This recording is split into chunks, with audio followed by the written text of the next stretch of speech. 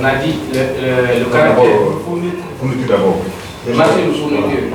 Et les marchés, la différence entre les marchés publics et de fourniture et les marchés publics de fourniture courante se repose sur le fait que sur les marchés publics de fourniture courante, on se retrouve souvent à des objets d'acquisition qui arrivent à répétition. On ne peut même pas quantifier. On peut prendre l'exemple. Par exemple, on sait que ça vient à tout moment. C'est des consommables informatiques. Tous les jours, on l'utilise. Et on ne peut pas quantifier le nombre qu'on peut utiliser durant l'année. On s'acquiert de ces équipements au fur et à mesure. Et on a les papiers là, par exemple. On a les marchés publics de fourniture. On peut les classer comme, je peux prendre l'exemple des mobiliers de bureau. C'est l'acquisition des fournitures.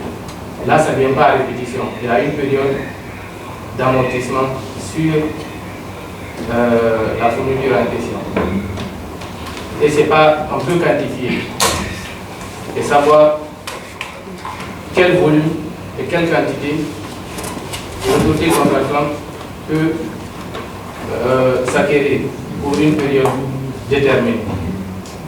C'est ça la différence. Oui, mais si c'est ça, alors le marché public de fourniture s'assimile au marché public d'équipement. Tout à fait. L'équipement, on a dit, la différence c'est quoi? C'est entre les autres. C'est quand il s'agit des acquisitions, des équipements qui nécessitent des équipements d'ingénierie ou de technicité qui appellent à une acquisition des équipements de grande envergure. Exemple, des équipements qu'on peut citer, des équipements de l'EDG par exemple. Il y a ces caractéristiques, c'est pas tout le monde qui peut donner les spécifications. Vous comprenez? On va voir la définition un peu devant.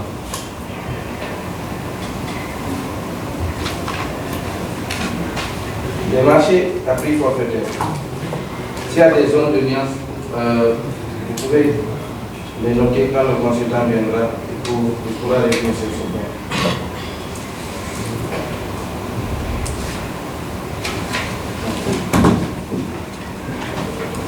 On dit la classification des marchés en fonction de la détermination du prix. Le prix forfaitaire. Le prix forfaitaire est celui qui rémunère le titulaire pour une prestation ou un ensemble de prestations, quelles que soient les quantités livrées ou exécutées. Cette forme de prix est recommandée pour les prestations dont la consistance en contenu et en quantité peut être définie avec précision au moment de la conclusion du marché qui forme un ensemble.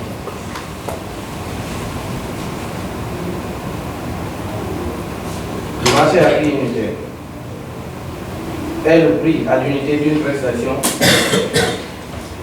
précisément défini dans le document contractuel. Il est appliqué aux quantités livrées ou exécutées. Cette forme de prix est plutôt utilisée dans les marchés de fourniture courante ou de services courants à l'ordre de commande. Par exemple, fourniture de bureau, d'arrêt alimentaire.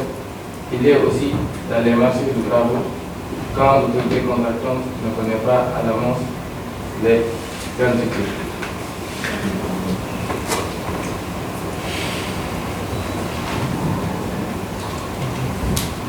Les marchés sur dépenses contrôlées.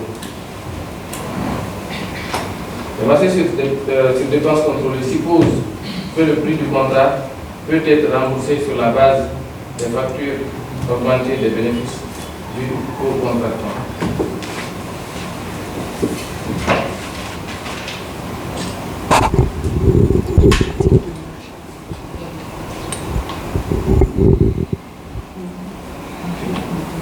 Contrôlés sont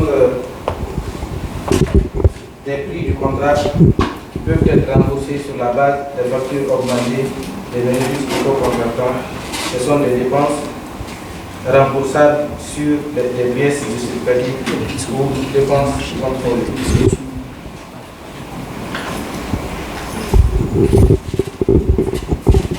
Les marchés à prix mixte. Dans le même marché, une partie des prestations est rémunérée au forfait, une autre partie à prix unitaire ou sur la base de dépenses contrôlées.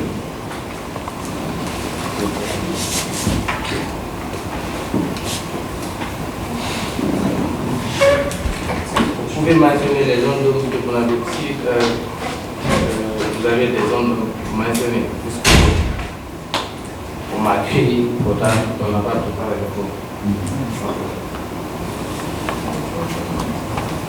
La classification des marchés en fonction de la forme et du contenu. En fonction de la forme et du contenu. Les marchés classiques. Principe de l'annualité budgétaire, délai d'exécution contenu dans l'année budgétaire. On a les contrats à commande. Les contrats à commande sur la classification des marchés en fonction de la forme du contenu. Ces marchés sont reconductibles une seule fois.